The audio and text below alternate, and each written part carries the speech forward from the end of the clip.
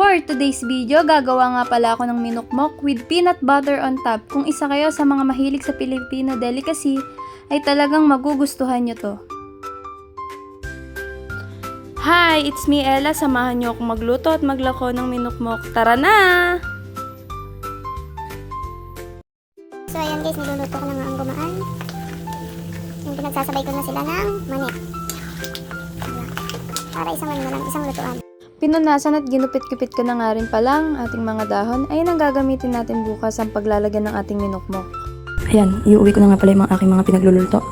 At yung aking dahon na ginupit-gupit. Inaantay ko na nga lang dito yung kamoting binili ko. Talop na nga pala ang binibili kong kamote. Waiting sa ating kamote! Ayan, pauwi na nga ako galing palengke. Dala-dala ko na ang kamoting ating binili kay Kanora. At ayan, ibaba na nga lang natin ito dito.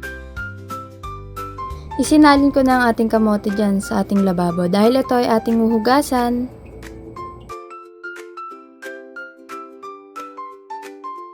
Sinisimulan ko na nga pala linisin ang mga kamote. Scotch Brite ang aking gamit panlinis dito para mawala ang mga lupa-lupa. Isinalang ko na nga muna ang steamer at nilagyan ito ng tubig para pag isinalang ko na ang ating kamote ay mainit na ang tubig. Tinilad-tilad ko na ang mga kamote para pagka isinalang ko ito ay madali itong lumambot. Isasalang ko na nga muna dito ang unang salang, tapos maya-maya isusunod ko naman pagkatapos kong gayat-gayatan ng pangalawang salang. At agad ko na rin isinalang ang pangalawang salang na kamote. Ibabaw ko ito kasi mas onti ang laman nito. Natin ito. After 1 hour, ichinek ko na nga ito at medyo malambot na. Pero kailangan pa rin natin ng another 30 minutes para mas malambot na malambot ito. Malambot na nga ang mga kamote at agad ko na itong iniahon at isinalin ko sa planggana. Ingat lang dahil napakainit na masingawan ito. At agad ko na nga rin iniahon ang nasa ilalim na salang at isinalin ko na rin ito sa planggana. Ayan, napakaraming kamote ang aking nailuto. 13 kilos nga pala ang lahat ng ito at malambot na nga ito. At agad ko nga pala itong tatanggalan ng hiblang kahoy o yung matitigas sa gitna nito. Nahiwa-hiwa ko na nga ang mga ito at natanggal ko ng hiblang kahoy at na itong tatakpan para bukas. Time check is 3:30 AM. Maaga nga pala akong gumising dahil kailangan maaga ang pagpapagiling ng kamote. Agad na nga akong nag-toothbrush at naghilamos. Aalis na nga pala ako, samahan niyo ako magpagiling. Salamat kay Ate Lolit dahil naihanda niya na lahat ang mga ilalagay sa kariton. Itutulak ko na lang. Napakadilim pa nga ng gantong oras pero laban lang. At may nagtanong nga sa akin, sabi hindi ka ba nahihiya dahil nagtutulak ka ng kariton? Sabi ko, bakit naman ako mahihiya? Ito ang aking pinagkakakitaan at dito ko kinukuha ang aking mga pangangailangan. Laban lang sa buhay. Nandito na ako sa palengke, ayan, maliwanag na. Pupunta nga pala kay Ate Eji para magpagiling ng mani at ng ating pangminukmok. Nandito na ako sa gilingan. Binuhat at inilagay ko na nga rin ang ating mga ingredients. Meron dyang minatamis na gumaan, condense, at asukal. Nilagyan ko rin ito ng vanilya. Habang pinapatulo ko nga ang condense ay giniling na nga muna ni Ate Tina ang mani para sa ating peanut butter dahil pinapatulo pa naman natin ang gatas sa ating minukmok. At pagkatapos ng gilingin ni Ate Tina ang ating mani, ay hinalo-halo niya na ang ating pangminukmok. Tapos niya na nga itong haluin at isinalang na nga agad namin ng kamote.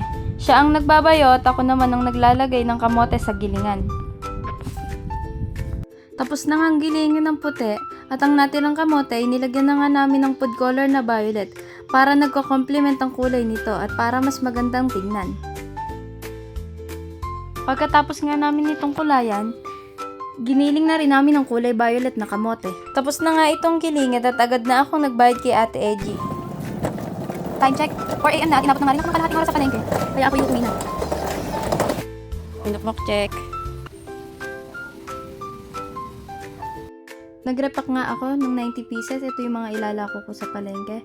Para abot na lang ako ng abot pag nandun na ako. Tapos na nga ako magrepack at ito nga ang mga ilalako ko sa palengke. Sa halagang 20 pesos lang ay makakatikim ka na ng napakasarap na minukmok. Ayun na ang aking mga ilalako. Inihanda ko na. 90 pieces nga ang lahat ng ito. Tara! Samahan nyo na nga ako maglako ng ulam at ng minukmok. Papunta na ako sa palengke. At ang aking first stop, dito sa bilihan ng yelo. Araw-araw ko na nga sila dinadala ng ulam at ang mga tinda kong matamisi. At pinsan nga may mga napapadaan silang mga suki na tinatanong na rin kung ano ang aking tinda at syempre napapabili na rin ng mga ito. Bumili na kayo. Ito yung masarap na nilupak. Ito. Parpong! Ito na yung inaantay mong nilupak. Ito! Talagang malupit ang nilupak ng Ate Ella ko. Aba, saglit lang. Ubus agad. Tengi pa nga akong gatas para kita, oh. Lagyan mo. Ay, talagang ang kukulit talaga ng ating mga market inspector dyan. Masaya nga pala ako dyan dahil ang dami nilang binili. Salamat sa mga market inspector na araw-araw bumibili at sumusuporta sa tinda ko. At sunod ko na nga palang pinuntahan dito sa Mistol ng Santa Cruz Public Market. Lagay na nga pala ako ng lagay dyan dahil marami na rin naman akong suki na laging bumibili sa akin dyan.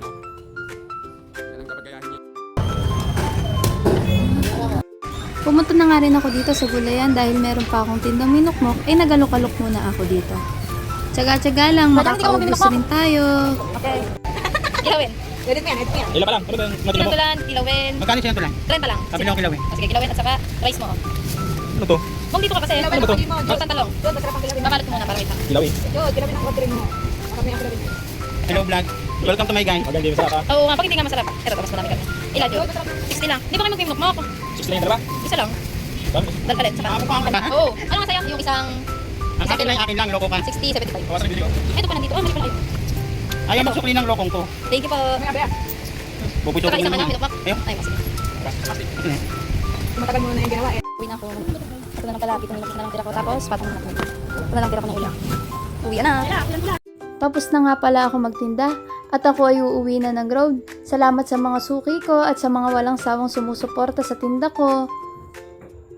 Salamat sa panonood. See you on my next vlog.